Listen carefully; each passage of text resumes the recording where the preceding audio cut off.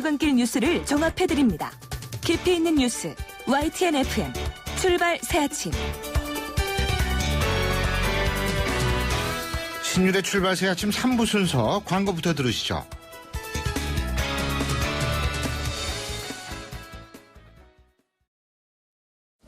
아유, 세 단계 종이 또 걸렸어?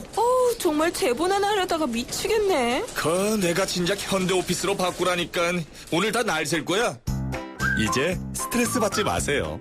사무기기 전문기업 현대오피스가 책임지겠습니다. 사무기기의 올바른 기준 현대오피스. 자, 따라해보세요.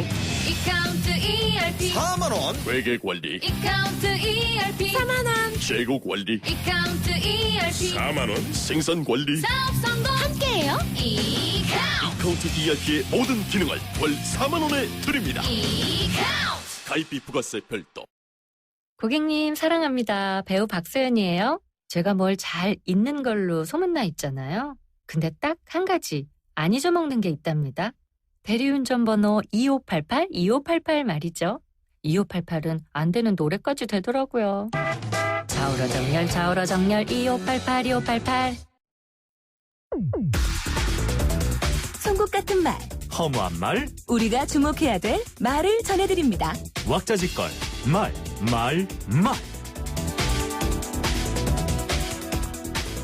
솔선수범하고 희생하는 퍼스트 펭귄이 안 보인다. 새누리당 김태호 최고위원이 김무성 대표를 향해서 한 얘기입니다. 여기서 퍼스트 펭귄은 김영호 전 의장이 최근 김무성 대표를 향해 쓴 글 속에서 처음 등장했었는데요. 차디찬 바다로 먼저 뛰어들어서 수천 마리 생명을 따르게 하는 이 펭귄을 퍼스트 펭귄이라고 한다고 하죠. 정치권뿐만이 아니라 우리 사회 모든 분야에서 필요한 정신이 바로 이런 퍼스트 펭귄, 이런 측면이 아닐까 생각이 드는데요. 그런데 진짜 이거를 실천하기는 쉽지 않습니다. 우리나라 정치가 정치한 이유도 바로 여기에 있다는 생각인데요. 어쨌든 실천이 문제입니다. 생각은 누구나 할 수 있지만 실천은 아무나 할 수 없기 때문입니다.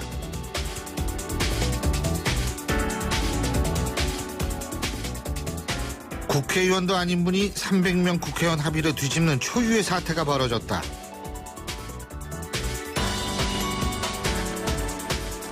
새누리당 조원진 원내수석 부대표가 더불어민주당 김종인 비대위원장을 향해서 한 얘기입니다. 어떤 상황이든 합의는 이행돼야 정상입니다. 아니, 이행돼야 합니다. 그렇기 때문에 문제가 있어 보이면 합의하기 이전에 철저히 따져봐야 합니다. 그리고 그 따진 이후에 합의가 일단 되면 이행해야 하는데 그러지 못할 때에는 거기에 대한 책임을 지는 것도 상식입니다. 우리가 바라는 것은 상식이 통하는 정치입니다. 근데 이런 바람을 갖는 것이 사치스럽다고 느껴지는 이유, 과연 뭘까요?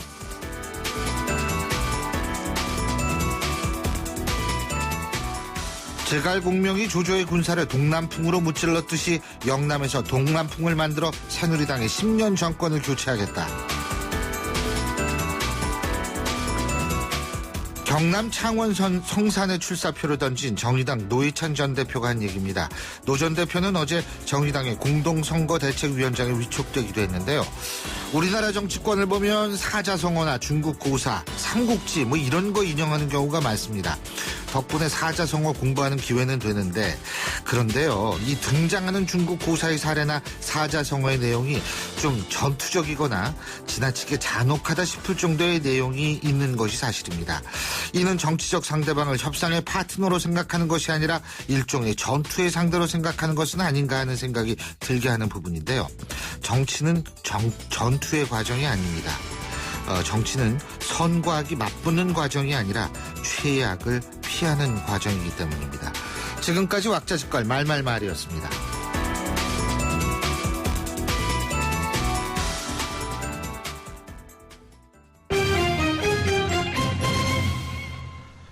경제 뉴스 알아보겠습니다. 최요한 경제평론가 전화 연결합니다. 안녕하십니까? 예, 안녕하십니까. 최요한입니다. 예, 세계 최대 자유무역 협정 FTA 그게 바로 환태평양 경제 동반자 협정이라고 그러죠. 예. 우리가 TPP라고 그러는데 예.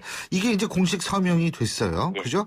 그래서 이 협상을 통해서 철강 승용차 시장을 개방한 베트남하고 말레이시아 시장에 우리나라 기업이 좀 경쟁력이 떨어질 수도 있다 이런 우려가 나오는 모양이에요. 예, 그렇습니다. 그러니까 TPP가 전 세계 국내 총생산 가운데 37.4% 어마어마한 초대형 경제권 형성 작업이거든요. 예. 근데 일단은 이제 12개 회원국들이 뉴질랜드 오클랜드에서 존 키 뉴질랜드 총리, 마이크 프로머 미국 무역부 대표 서명식을 했습니다. 우리나라인데 여기서 빠졌죠. 예, 빠졌죠. 서명 후 2년 안에 GDP 합계 85% 이상을 차지하는 6개국 이상이 국내 비준 등 그 법적 절차 완료하면은 서명일로부터 2년 60일 뒤 해당 국가 사이에서 우선 발효가 되는 겁니다. 근데 일단은 TPP 발효도 우리나라가 있게 될 경제적 손실인데요. 예. 보니까 이제 우리나라는 국내 수출이 1.0% 줄고 2030년까지요. 예. GDP 0.3% 감소하는데 우리 경쟁국인 일본 같은 경우는 GDP가 2.5% 그리고 수출이 23.2% 급증할 것이다. 이렇게 예측이 나온 거예요. 예. 그리고 아까 말씀하셨던 그 말레이시아, 베트남 문제는요.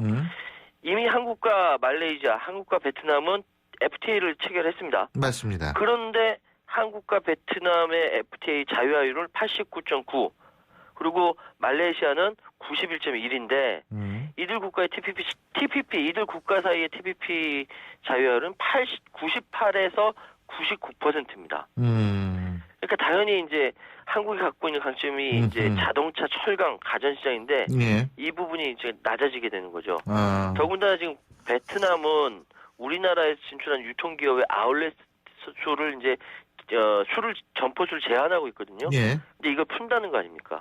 우리만 손해를 본다 뭐 이런 얘기가 있습니다. 근데 뭐 우리 같은 경우에 이제 TPP에 가입이 안 돼 있지만 예. 12개 국가 중에 한 국가를 제외하고 모두 FTA를 개별적으로 체결하고 있기 때문에 그렇죠. 뭐 그렇게 크지는 않다. 근데 어쨌든 이 부분은 우리가 좀 더 조심하게 접근할 필요는 있다는 의견이 아마 지배적인 것 같더라고요. 예. 자, 앞으로 온라인에서 직접 카드 신청을 하게 되면 더 많은 혜택을 받을 수 있게 될 전망이다. 예. 예? 그 여신금융협회가요. 예. 금융개혁 과제 토론회에서 회원 혜택 강화한다. 그리고 정상 고래 고객에게 일시적 한도 이상의 고액 결제를 허용한다. 여러 가지 방안을 얘기했습니다. 예. 예를 들어 카드 신청할 경우 절감되는 온라인에서 하게 되니까 예. 비용이 18만 원이나 된대요. 예. 이걸 회원들에게 여러 혜택으로 제공하는 다이렉트 상품 출시에 재원을 삼겠다. 그리고 정상적으로 이제 거래한 회원이라면은 좀 뭐랄까 그 한도 이상의 결제할 수 있도록 상업화할 수 있는 방안을 내놨다라고 하고요. 예. 또 그 부동산 리스 취급을 모든 여신 전문 회사로 확대해서 낮은 세율을 적용하고 자금이 필요한 중소기업 지원이 용이하게 하는 사업화 방안도 제시했다고 합니다. 예. 이게 왜 그러냐면요. 예. 하반기에 인터넷 은행이 출범하지 않습니까? 예. 카드사라든지 다른 여타 은행 쪽에서 좀 긴장을 하고 있거든요. 이 부분에 대해서 좀 이렇게 여신금융협회에서 신경을 많이 쓰고 있는 모양입니다. 자, 그리고 말이에요. 은행권이 연봉제 폐지를 위해서 기업 공기업의 그 성과 연봉제 도입 가이드라인보다 예. 더 아주 강화된 성과주의를 도입하려고 하는 모양이죠. 예, 그렇습니다. 그러니까 기본적으로 은행권에 만연되어 있는 현행 호봉제 폐지하고요. 예. 직무 능력 성과에 따라 연봉을 차등 적용하는 성과 연봉제로 체계를 바꾼다는 건데 예. 가장 먼저 하는 게 은행원 초봉 있지 않습니까? 예. 막 이렇게 입사한 초봉이 5천만 원이래요. 전 이거 조금 제가 왜 제자들도 있고 그래가지고 근데 이거 이 은행마다 달라요. 은행마다 그래서, 다르겠죠. 예. 어쨌든 뭐 그렇게 이야기를 하고 있습니다. 이제 은행 쪽에서는요.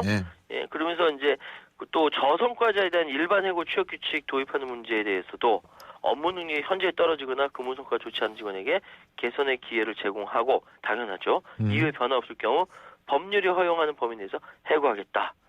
그러니까 좀 강하게 이제 드라이브를 걸고 있는 겁니다. 예. 근데 이것이 실제로 성과가 있을런지 없을런지는 잘 모르겠어요. 이게 좀 더 가봐야 될 것 같습니다. 네. 특히 요새 그 금융 계통이 좀 어렵잖아요. 예, 좀 상황이. 예, 참 걱정입니다. 또 서울중앙지검 특수 3부는 어제 서울지방국세청을 압수수색했다고 하는데 예. 이게 왜 그런 거예요? 이게 임경목 전 국가안보전략연구소장이 이렇게 뭐랄까 세무조사 무마 청탁 대가로 거액을 받아 챙긴 혐의로 구속됐거든요. 예, 이사장이죠, 이사장. 이사장이죠. 예. 근데 이제 그 자료를 내놔라라고 한다기보다 이제 이미 제출받기 위해서 압수수색을 한 겁니다. 그러니까 검찰이 국세청을 압수수색했다. 상당히 둘 다 이게 파워 있는 기관인데. 제가 깜짝 놀랐어요, 지금. 예. 이 상황은 어쨌든 2010년도에요. 예. 건설업체 D사 대표 지모 씨로부터 2억 원의 뒷돈을 수수한 혐의고 지난 2일 특정범죄 가중처벌법 알선 휴재 혐의로 구속이 됐는데 이거는 또 KTNG 비리 수사 과정에서 또 따로 포착이 된 거라고 합니다. 일단 그 지 씨가 브로커 남모 씨에게 5천만 원을 건네면서 KTNG에서 추진한 117억 원 상당의 공사 일감을 몰아받은 것으로 조사됐는데 요거 조사하다가 임경목 이사장 이게 지금 세 개의 국가기관이 국가안보전략연구원도 이게 지금 국가기관이라고 얘기할 수 있고 국세청도 그렇고 서울중앙지검도 그렇고 야 이거 아주 특수한 그런데 이 상황이네요. 임경모 전 이사장은요. 조현호 전 경찰청장이 노무현 전 대통령 차명 계좌 발언 있지 않습니까? 그 정보 출처로 지목됐던 인물이거든요. 알겠습니다. 오늘 말씀 여기까지 듣겠습니다. 고맙습니다. 감사합니다. 예, 지금까지 최요한 경제평론가였습니다.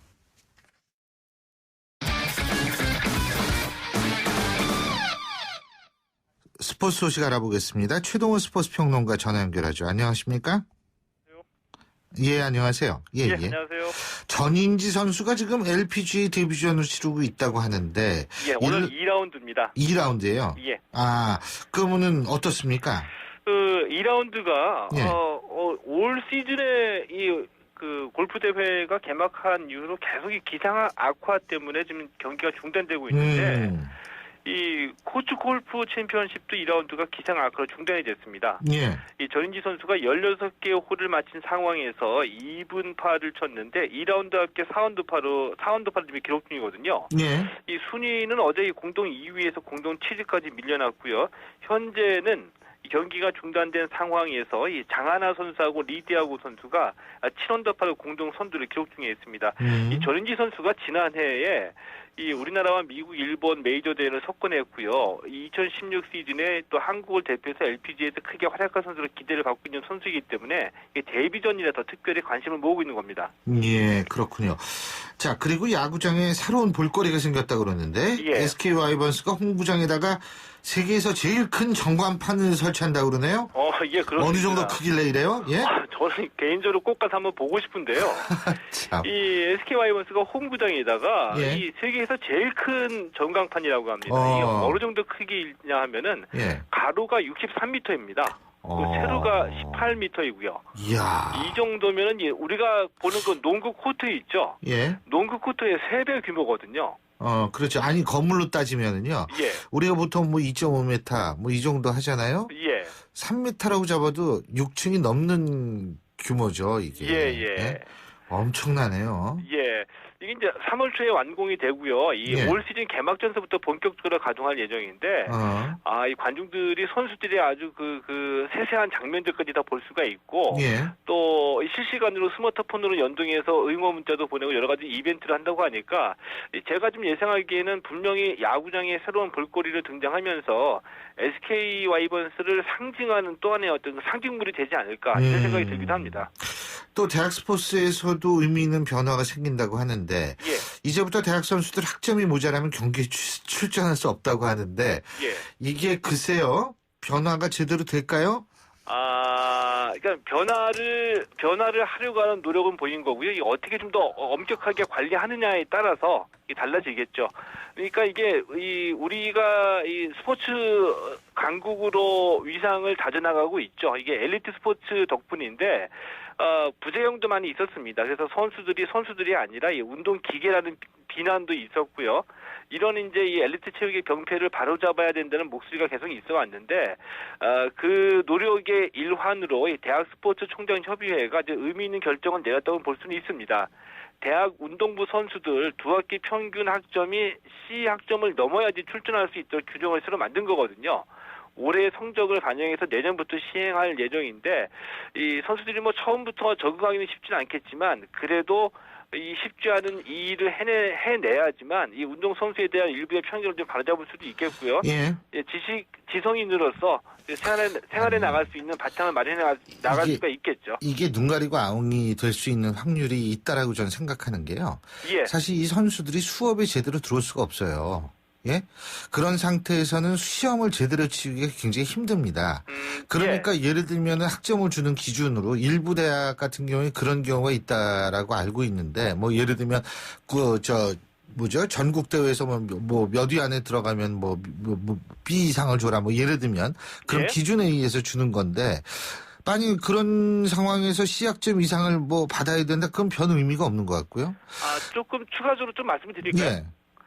그래서 요 C학점 이상 규정과 함께 예. 몇 해 전서부터 선수들의 수업권을 보장하기 위해서 주 중에는 대회를 치르지 않고 수업 끝나고 난 주말 저녁에 경기를 갖게 되는 이 주말 리그를 계속 시행하고 있거든요. 네. 여러 가지 면으로 보완을 해가지고 이 선수들에게 공부를 시키려고 대학 스포츠가 노력을 하고 있는 겁니다.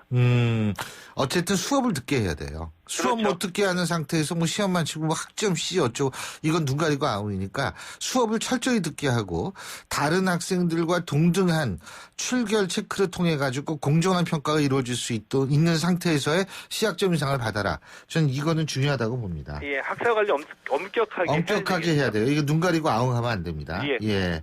한번 보죠, 뭐. 자, 오는 8일날 미국 프로풋볼 NFL 챔피언 결정전. 이게 슈퍼볼이라고 그러죠. 간단하게. 그렇죠. 슈퍼볼이 개최가 되는데, 이 슈퍼볼이 정말 경제 규모도 슈퍼예요. 예? 그렇죠. 지난해만 하더라도 슈퍼볼의 경제 효과가 무려 6조 원이었다라고 얘기를 하거든요. 6조 원이 얼마만한 액수냐면은 올해 이 전라북도 1년 예산하고 맞먹는 규모입니다. 경기 하나 치러가지고 전라북도 1년 예산을 벌어들인다는 얘기거든요. 입장권의 평균 가격이 4,957달러, 그러니까 우리 돈으로 600만 원이나 됩니다. 누가 이거 보러 갈까 이런 생각이 들지만 그래도 티켓이 없어서 못 팔고 있고요. 이 가장 비싼 티켓 가격이 스위트룸 가격인데, 스위트룸의 가격이 50만 달러입니다. 우리 돈으로 6억 원이 되거든요. 기가 막혀서 말이 안 나오네요. 상상을 초월하는데, 이 스위트룸 같은 경우에는 아무래도 개인이 보지는 않겠고요. 이 기업에서 구입을 해가지고 비즈니스용으로, 접대용으로 아마 활용할 거라고 예상을 하고 있습니다. 그럼에도 불구하고 이 티켓을 구하기가 어렵다고 합니다. 참. 잘 알겠습니다. 오늘 말씀 여기까지 듣죠. 고맙습니다. 예, 고맙습니다. 예, 최동우 스포츠 평론가였고요. 신율의 출발 새 아침 3부 순서는 여기서 줄입니다. 전 잠시 뒤 4부에서 뵙죠.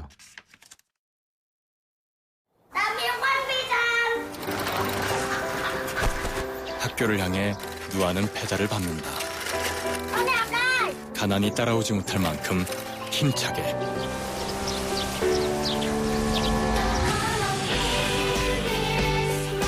후원이 끝나도 마을 스스로 아이를 돌보게 만드는 월드비전 자립마을 프로젝트. 진정한 후원은 후원이 끝나게 하는 것입니다. 후원 문의 1688-3570 1688-3570. 진정한 후원을 생각합니다. 월드비전. YTN 라디오 캠페인 더 가까이. 안녕하세요. 기상캐스터 이혜민입니다.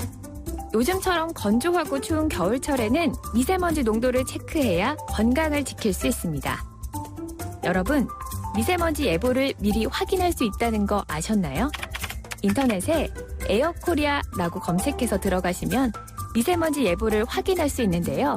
나쁨 수준을 넘어간다고 나오면 야외 활동 약속은 취소하는 게 좋습니다. 부득이하게 나가셔야 한다면 마스크 착용 잊지 마세요. 그리고 스마트폰으로도 언제 어디서나 간편하게 이용할 수 있는데요. 우리 동네 대기질 앱을 설치하면 실시간으로 경보 알람을 받을 수 있습니다.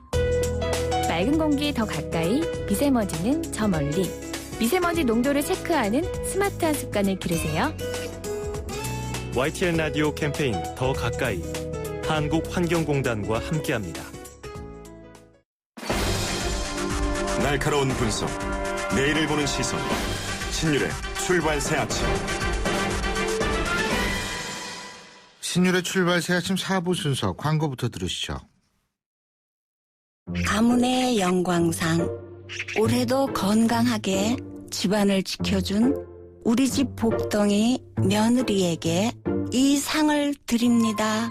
올 설은 서로에게 상을 주는 설이었으면 합니다. 어떤 상도 부족한 당신께만큼은 정관장.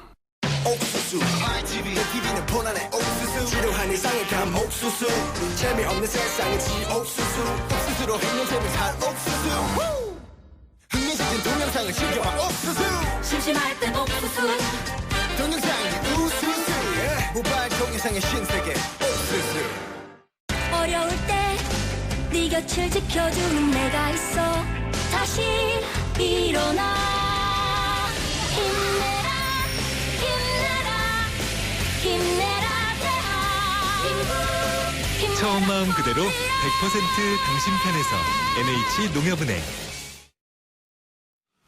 예, 8시 30분 59초 지나고 있는데요. 자, 금요일 아침에 교통 상황 알아보겠습니다. 나성숙 캐스터. 네, 서울 외곽순환고속도로 판교에서 일산 쪽입니다. 사고가 있는데요. 수리터널 부근 4차로에 승용차 부딪히는 사고입니다. 안양터널에서 수리터널까지 밀리고 있고요. 장수에서 송내 또 노지 분기점에서 김포 요금소 구간으로 정체입니다.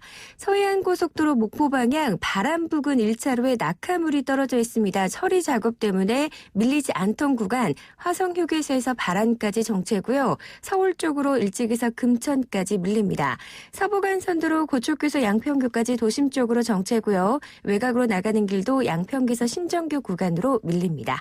신윤의 출발 새 아침 교통정보였습니다. 신율의 출발 새 아침 오늘 순서 시작합니다. 오늘 아침 당신이 듣고 싶은 뉴스 94.5MHz YTN 뉴스 FM 신율의 출발 새 아침. 임종을 앞둔 환자가 자기 결정에 따라서 무의미한 연명 치료를 중단할 수 있도록 한 이른바 웰다잉법이 공포됐습니다. 인간답고 편안한 죽음 가능해진 걸까요? 국가생명윤리정책연구원장이시죠. 서울대학교 이윤성 교수 전화 연결해서 자세한 입장 들어보겠습니다. 이 교수님 안녕하세요. 네, 안녕하세요. 예, 이 웰다잉법 일단 이게 어떤 법안인지부터 간단하게 말씀해 주시죠. 이 법은 크게 두 가지 요소가 있습니다. 하나는 이제 호스피스 완화 의료를 제도화하는 것이고요. 또 하나는 그 연명 의료에 관한 결정을 하는 데 대한 기준을 제시한 두 가지 내용으로 되어 있습니다. 뭐 둘 다 사망의 우리 사람의 마지막 단계에 관련된 내용을 담고 있죠. 자, 그렇다면은 일단 첫 번째 호스피스 이 문제는 어떻게 돼 있는 거예요, 그러니까? 호스피스 완화 의료라는 거는 이제 기존의 의료 행위가 주로 질병을 치료하고 생명을 연장하고 이러는 데만 중점을 두고 있었는데 그런 과정에서 생기는 문제 무슨 얘기냐면 회생 불가능한 환자에 대해서 너무 집착적인 치료를 함으로써 그분의 마지막 생의 마지막이 그 존엄이 훼손되거나 그런 일들이 생기기 때문에 그 질병에만 포커스를 두지 말고 그분의 정신적인 문제라든지 또는 사회적인 문제 그리고 가족들의 문제까지를 통틀어서 지원해주는 그런 의료 행위를 호스피스라고 그렇게 얘기를 합니다. 근데 그게 지금 현재까지 지금은 이제 건강보험에 적용을 받고 그렇지만 그런 것들이 원활하게 이루어지질 않아서 현재 우리나라에서는 호스피스 완화 병동이 입원실이 워낙 부족한 상태입니다. 그렇군요. 그래서 이제 호스피스를 조금 더 강화시키고 제도화시키고 기회를 많이 제공해 줄 수 있도록 한다. 이렇게 이해하면 되겠군요. 그죠? 네, 그렇습니다. 그리고 교수님께서 지금 연명의료 결정 기준 이거를 말씀하셨는데 그렇다면은 연명을 위한 의료 행위를 어떤 기준에 의해서 결정할 수 있다는 겁니까? 크게는 두 가지 요소입니다. 하나는 의학적으로 그 환자의 상태가 회복 불가능하고 원인의 치료에 반응하지 않고 그리고 곧 죽음에 임박한 상태여야 된다는 그런 의학적인 판단이 하나 필요하고요. 둘째는 그 환자의 뜻이 무엇이었는지를 중요하게 생각합니다. 그래서 의학적으로 지금부터의 치료는 목숨을 연장만 할 뿐이고 고통만 수반이 되고 그런 치료일 때 환자가 그런 치료는 중지했으면 좋겠다는 뜻을 밝히면 그러면 그러한 연명 의료는 중지할 수 있다. 그런 뜻입니다. 예.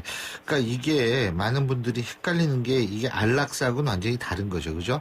그러니까 그렇습니다. 적극적인 치료 행위를 하지 않을 뿐이지 네. 이 적극적인 치료 이 인위적으로 어떤 죽음을 유도한다든지 이런 거 절대로 아니다. 이 얘기죠. 그렇습니다. 안락사는 아니라는 거죠. 그 점은 매우 중요합니다. 예. 알겠습니다. 그렇다면은 네. 이게 이제 법제화가 됐다라는 의미는 그러면 어떻습니까, 이게?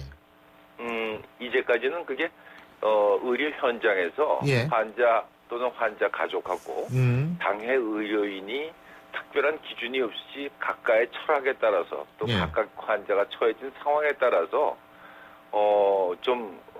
자의적으로 결정된 사례가 많았죠. 그러니까 지금 사례 말씀하셨는데 1997년에 서울 보라매 병원에서 환자의 인공호흡기를 뗀 의사와 가족이 살인죄로 기소가 된 적이 있죠. 그렇죠. 그것도 자세히 들여다보면 예. 사실은 그 당시에 그 관행적으로 이루어졌던 그런 의료 행위인데 예. 그게 이제 법적으로는 위법이었다. 방조 혐의를 받게 된 그런 사건이었죠.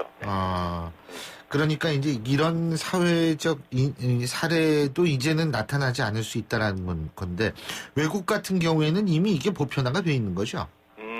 뭐 외국도 나라마다 문화마다 좀 다른데요. 예.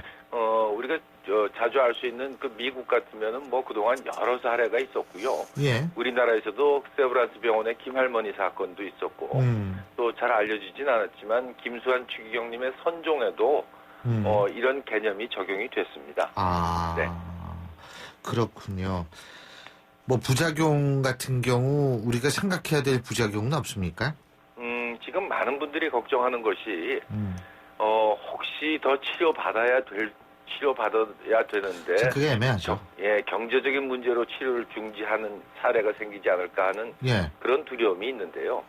그거는 이게 뭐 가족들이 요구한다고 해서 성립되는 건 아니고요. 의사의 판단도 있어요. 의사가 판단해야 되고 의사가 그리고 양심 있는 개인으로서 이게 적절한 것인지를 판단해야 돼요. 그리고 예. 덧붙여서 우리 사회가 그런 일이 생기지 않도록 이렇게 중환자라든지 이런 사람에 대한 그 의료 지원이나 이런 건 좀 더 활발해질 필요가 있습니다. 이게 그러니까 2년 유예기간을 거쳐서 2018년부터 시행이 되죠? 네, 그렇습니다. 예. 뭐 미리 알아둬야 될 거나 준비해야 될 거 있습니까? 뭐 그런 거. 지금 아마 보건복지부에서는 그 시행령 시행규칙을 자세한 법규를 준비하고 있고요. 예. 저는 그것보다도 더 중요한 게 이제 우리 사회가 죽음에 대해서 터놓고 얘기하고 나의 뜻을 분명히 밝히고 하는 이런 문화가 형성이 됐으면 좋겠어요. 그리고 또 하나는 병원에서도 의료진들이 자기가 담당했던 환자가 이제 더 이상 해줄 게 없으면 자꾸 그 환자를 피하고 그러는 경향이 있는데 그래요? 이제 환자한테 미리 의사들이 예견할 수 있는 상황은 있지 않습니까? 예. 그럴 때 환자한테 솔직히 얘기해서 지금 이러이러한 상태인데 앞으로 어떻게 될 것이고 그때의 선생님에 대한 처치를 어떻게 하는 게 좋겠습니까? 라고 터놓고 얘기하는 문화가 이루어졌으면 좋겠습니다. 예, 그렇습니다. 지금 우리가 살아가는 사회는 산자들을 위한 사회라고 얘기를 많이 합니다. 하지만 사는 사람도 언젠가는 죽음을 맞게 되는데 죽음을 위한 공간이라든지 이런 준비는 좀 미흡하다는 얘기가 많은데 우리가 살아가는 과정이 존엄해야 한다면 죽는 과정도 존엄해야 한다. 그렇지 않겠습니까? 당연하죠. 예, 당연합니다. 네. 그런 의미에서 웰다잉법을 생각해보면 좋을 것 같습니다. 오늘 말씀 여기까지 듣죠. 고맙습니다. 네, 감사합니다. 지금까지 국가윤리정책연구원장을 맡고 있는 서울대학교 의과대학 이윤성 교수였습니다.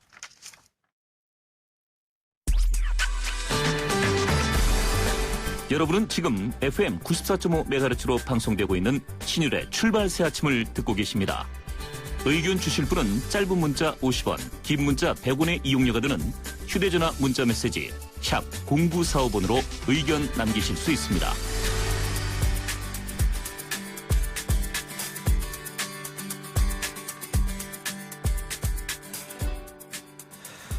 예, 경제 빅 이슈, 경제에 관한 이슈를 매주 금요일마다 진단하는 순서인데요. 자, 오늘 아주 어려운 분을 오늘부터 모시게 됐습니다. 고려대학교 총장을 하셨고 지금 현재 서울대 경제학부 겸임교수를 맡고 계신 이필상 교수님 스튜디오에 모셨습니다. 어서 오십시오. 네, 안녕하세요. 안녕하세요.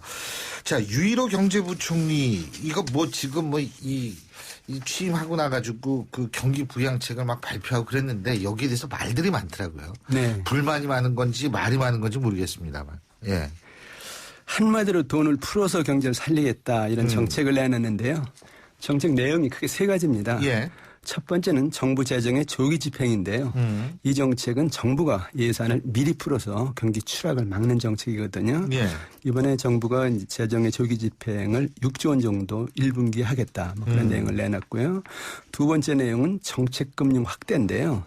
이 정책은 나라에서 운영하는 국책금융기관들 보고 돈을 풀라고 해서 경기를 살리는 정책인데요. 이 국책금융기관들은 수출은행이나 산업은행이나 기업은행이나 무역보험공사 등을 얘기합니다. 그래서 이번에 그 확대되는 정책금융이 15조 5천억 원 정도 돼서요. 총 풀리는 돈이 21조 5천억 원입니다. 예. 여기 이제 추가적으로 내놓은 정책이 세제와 금융 지원인데 이것은 민간 부분이 소비와 투자를 할 때 세금 부담을 줄여주거나 자금 지원을 해주는 정책이거든요. 예. 그래서 자동차 개별 소비세를 5%로 다시 이제 옛날에 5%였는데 5%로 올렸는데 다시 3.5%로 환원하겠다는 것이고요. 또 해외 관광객 유치를 위해서 여러 가지 지원 정책을 펴겠다. 투자 촉진 펀드를 조성하겠다. 주택연금을 추가 출시하겠다 등 여러 가지 대책을 내놓고 있습니다. 예. 관광객 유치 이런 건 좋은데 그러니까 일단은 금융 쪽은 돈을 풀겠다는 거군요. 그죠? 그렇습니다. 그죠? 예. 돈을 풀겠다는 거고. 근데 교수님이 판단하실 때 우리 경제가 지금 어떤 상황입니까? 한마디로 진퇴양난의 위기인데요. 예. 잘못하면 침몰할 수 있는 그런 위기라고 생각을 할 수가 있습니다. 대외적으로 보면 수출이 곤두박질을 하고 있는데요. 1월달 수출이 작년 같은 기간에 비해서 마이너스 18.5% 감소했습니다. 예. 2009년 금융위기 이후에 최악이죠. 이렇게 수출이 감소하면은 내수가 좀 버텨야 되는데 내수도 작년 하반기에 조금 반짝했다가 다시 얼어붙었습니다. 경제라는 것이 수출과 내수 양축이 이끄는 것인데 두 축이 지금 다 이제 무너지고 있다 이렇게 볼 수가 있거든요. 근데 가장 큰 원인은 중국 경제 침체입니다. 중국 경제가 고수성장을 하다가 거품이 꺼지면서 지금 이제 침체를 하니까 우리나라 수출이 지금 숨이 막히는데요. 특히 중국 기업들이 우리 기술을 거의 따라잡고 저가 공세로 나오니까 우리나라 기업들이 발목이 잡혀서 줄줄이 쓰러지고 있습니다. 여기에 이제 미국의 금리 인상이라든가 국제 유가 하락이라든가 신흥국 부도 위기라든가 일본의 마이너스 금리 이런 대악재가 아주 겹쳐 있죠. 근데 이제 더 중요한 것은 내수 사정이 아주 안 좋다는 건데 그 경제 안으로 봐서 부채가 너무 많다는 겁니다. 가계부채 1200조 원, 정부부채 600조 원, 기업부채 2000조 원 이 정도인데 가계부채가 많으니까 소비가 안 되고요. 기업부채가 많으니까 투자가 안 되고요. 정부부채가 많으니까 정책을 제대로 못 펴고 있다. 그러다 보니까 대외적으로 굉장히 악재가 많은데 대내적으로도 이렇게 부채가 많으니까 이러다가 경제에 큰일 나는 것이 아니냐 이런 어떤 불안감이 확산되고 있는 건 사실입니다. 그러면 이렇게 돈 풀고 투자 촉진하고 관광객 유치하고 주택연금 이런 거 하면 이런 효과가 있을까요? 이번 정책을 내놓은 것에 효과가 있을 것이냐 하는 것인데요. 일단은 심리적인 공포를 막는다는 차원에서는 어느 정도 효과가 있으리라고 봅니다. 정부는 이번 조치를 통해서 경제 성장률이 0.2%포인트 정도 상승할 거다 이런 어떤 예측까지 내놓고 있거든요. 어쨌든 간에 경제가 더 주저앉지 않고 일어난다 이런 어떤 심리적인 현상만 생기면은 정책은 성공이다 이렇게 볼 수도 있죠. 근데 누가 봐도 이번 정책은 임기응변이라는 것이거든요.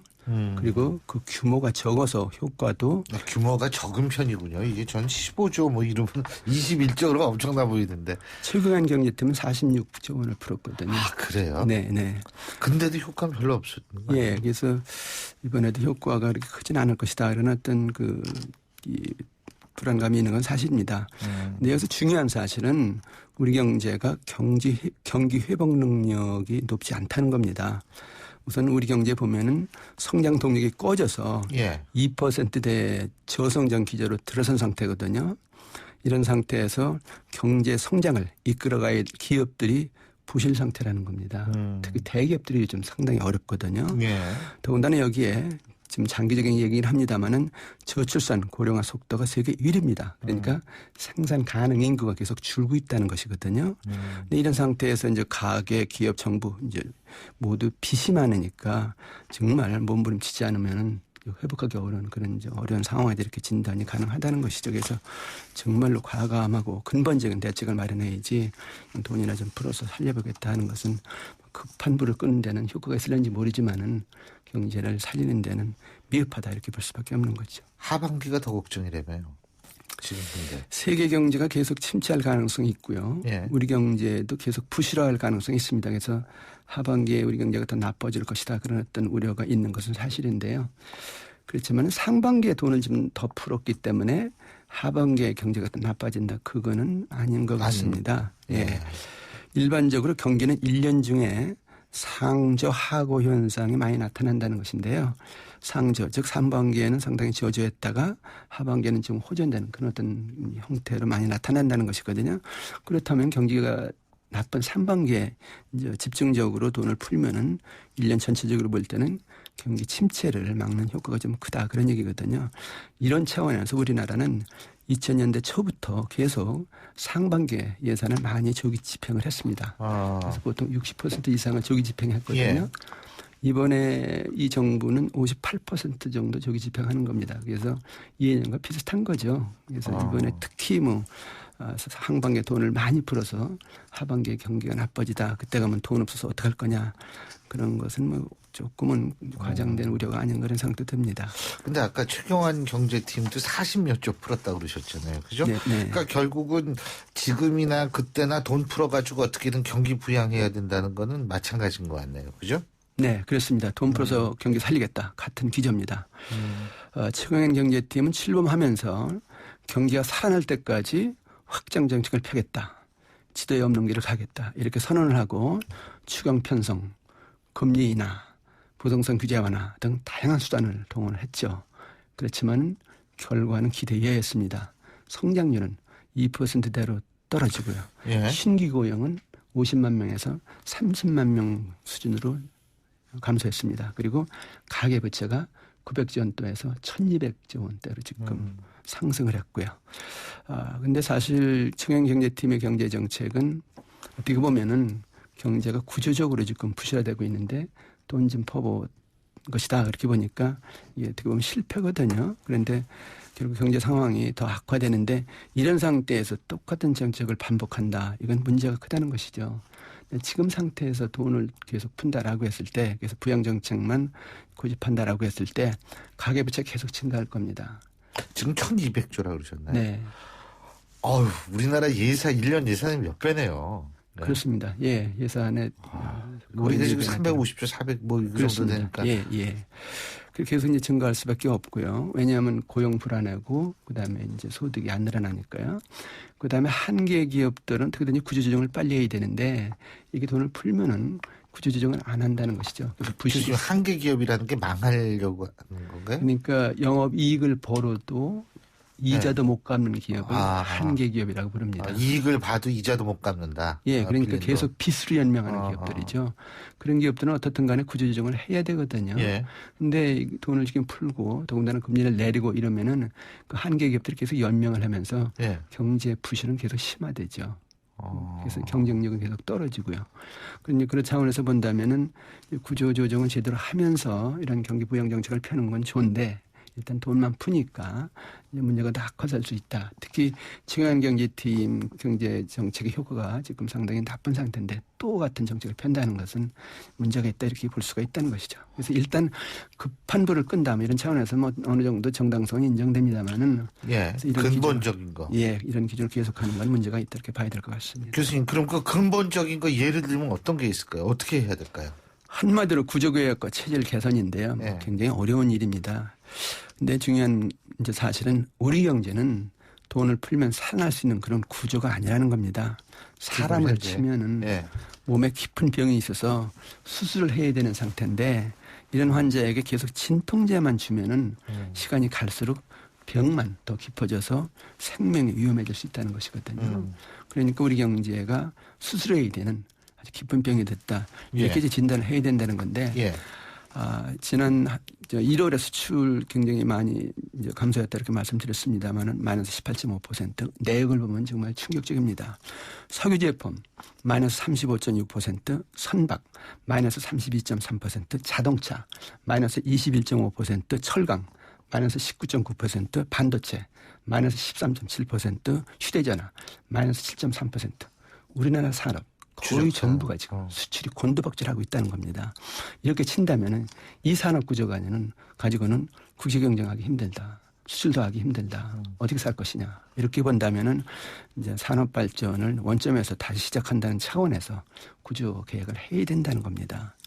근데 그 내수산업도 이제 이런 경우에 좀 디파트 시스템은 참 좋은데 내수도 지금 보면은 고용불안, 가계부채 이것이 겹치면서 계속해서 이제 소비가 위축되는 그런 상황이거든요. 그러니까 대내외적으로 지금 이 경제 구조 가지고는 이 경제 상황 가지고는 살아나기 어렵다. 저 질문 하나 있는데요. 지금 디플레이션이라고 교수님 보지는 않으세요? 디플레이션이 진행되고 있다고 봐야 됩니다. 우리가 보통 인플레이션은 아주 나쁜 거다. 물가가 오르면은 굉장히 살기 어렵다 해서 그런 얘기를 많이 합니다만은 인플레이션을 고열의 병이라고 한다면 사람에게 디플레이션은 저혈압 같은 겁니다. 더 위험할 수 있다는 겁니다. 근데 이게 결국 경제 전체가 침체하니까 소비도 안 되죠. 투자도 안 되죠. 물가가 내려가는 건데 그렇게 되면은 경제가 더 위축이 된다는 거예요. 그러니까 물가가 내려가면 투자를 안 하거든요. 생산을 안 하거든요. 이익이 안 나니까. 그러니까 고용이 안 되거든요. 소득이 줄어들거든요. 그럼 소득 줄어들면 더 소비 안 하거든요. 더 소비하는 물가 더 내리거든요. 그래서 소비와 투자가 위축되면서 물가가 내려가는 것은 경제의 생명력이 꺼지는 거다 이렇게 봐야 됩니다. 그런 상황으로 지금 진입하고 있다 이렇게 봐야 된다는 것이죠. 그래서 위기감을 가지고 대처를 할 필요가 있다. 그래서 이제 체질 개선이라는 건 미래 먹거리 만들고 뭐 이러는 건가요? 어떻게 해야 되나요? 구조 개혁이라는 건 노동 개혁 뭐 어떤 거를 의미할까요? 가장 중요한 개혁이 이제 기업의 구조 개혁인데요. 부실 기업들 그러니까 정리하는 거. 영업이익으로 이자도 못 거는 기업은 일단 정리를 해야 되고요. 그 다음에 이제 그 신산업을 발굴해야 됩니다. 그래서 여력 있는 기업도 정부와 이렇게 협력을 해서 미래 먹거리를 찾아야 된다는 겁니다. 미래 산업을 그러니까 바이오라든가 무슨 IT라든가 또는 뭐 나노라든가 항공이라든가 이런 미래 산업을 빨리 발굴해서 새로운 기업들이 또는 새로운 투자를 하면서 미래 산업을 일으키는 새로운 어떤 산업 동력이 생기는 것이 이제 구조개혁의 가장 중요한 것이고요. 또 하나 중요한 것은 그동안 대기업들이 주로 이제 우리나라 산업을 이끌어왔는데 대기업들은 이익을 많이 벌기 위해서 기계화를 많이 합니다. 자동화를 많이 합니다. 해외 공장 이전을 많이 합니다. 그러니까 대기업들의 고용 창출 능력이 현저히 떨어졌습니다. 고용 창출은 중소기업이 주로 하거든요. 그렇지만 앞으로 산업을 제대로 이제 개혁을 하고 새로운 산업을 발전시키면서 중소기업, 벤처기업들을 대대적으로 육성하자. 그래서 고용 창출 능력을 회복해야 된다는 거죠. 사람들이 일을 해야 경제가 움직일 거 아닙니까? 사람들이 먹고 살 거 아닙니까? 근데 이 나라 경제 구조는 대기업 중심으로 되어 있다. 그나마 지금 대기업 중심의 수출 산업이 무너지고 있다. 사람들이 어디 가서 일자리를 찾고 먹고 사느냐. 그렇다면 새로운 산업 찾고 중소기업을 익히면서 고용 창출 능력을 높여야 된다. 그렇게 되면은 결국 고용도 하고 성장의 어떤 잠재력도 생기면서 경제가 이제 발전할 수 있는 그런 어떤 체제가 된다는 것인데 그게 바로 이제 산업 구조 개혁이라는 것이죠. 근데 교수님 부실 기업이 좀 정리하고 이러는 거예요. 이게 원샷법하고 관련 있는 거 아니에요? 그렇습니다. 그래서 이제 어제 그 7달 만에 국회를 통과했어요. 그래서 일단은 우리나라 이제 산업 구조 조정에 이제 돌파구가 마련됐다 이렇게 볼 수가 있습니다. 근데 이것이 문제가 있는데요. 이제 3가지가 문제가 있습니다. 첫 번째는 기업들이 자신들이 판단해서 이제 구조조정을 하기 위해서 법을 만들어 준 거거든요. 근데 기업의 구조조정은 강제성이 없으면 힘듭니다. 기업들이 어떻게든지 살아남기 위해서 자꾸 빚을 쓴다는 겁니다. 또 금융기관들도 기업들을 이제 정리하면은 자기네들 대출해준 거 손해를 보니까 도와주려고 애를 쓰거든요. 그러면 기업과 금융기관에 도덕적 해이가 생기면서 구조조정이 늦어질 수가 있어요. 강제성이 없으면. 예. 근데 이 법은 강제성이 없습니다. 예. 두 번째 문제는 이거 재벌 기업들이 악용해서 불법 상속이나 불법 경영 승계하는 것이 아니냐 그런 우려가 있는데 물론 뭐 장치가 많이 마련돼 있어서 큰 걱정 아닙니다만 그런 우려가 없는 것은 아니고요. 세 번째 문제는 주요 구조조정을 주주총회에 가지 않고 이사회에서 대부분 통과시키게 이렇게 만들었거든요. 아주 중요하지 않은 작은 규모는 그렇게 되니까 소액 주주들의 권한이 대폭 축소가 됩니다. 그래서 이제 문제가 있는 건 사실인데 어떻든 간에 이번 이 법 통과를 계기로 해서 우리나라 산업급이 이제 개혁이 되고 새로운 어떤 활로를 찾는 그런 계기로 마련할 필요가 있습니다. 그래서 이걸 무조건 문제가 있다 이렇게 부정적으로 생각할 것이 아니라 좀 긍정적으로 생각해서 기업들이 이 법을 이용해서 빨리 나서라. 그래서 구조개혁을 스스로 해라. 이 경제를 빨리 살려라. 이렇게 이제 좀 말씀드리고 싶네요. 예. 어쨌든 지금 교수님 말씀 들어보니까 이게 참 걱정이 엄청나게 될 수밖에 없는 상황인데 어쨌든 원시자법이 통과가 됐다니까 앞으로 어떻게 되는지 한번 지켜보죠. 교수님 오늘 말씀 잘 들었습니다. 네, 감사합니다. 감사합니다. 예, 지금까지 이필상 교수님과 함께했고요. 자, 신율의 출발 새 아침 설 명절 연휴가 시작되기 직전에 보내드린 금요일 순서 모두 여기서 마치겠습니다. 여러분 연휴 모처럼 알차고 즐겁고 행복한 시간 보내시길 바라겠고요. 여러분의 추억을 다시 되살리는 그런 기회가 되시길 바라겠습니다. 자, 새해 복 많이 받으시고요. 저는 연휴가 끝난 다음 주 목요일 날 여러분 다시 찾아뵈야겠네요. 지금까지 신율이었습니다. 고맙습니다.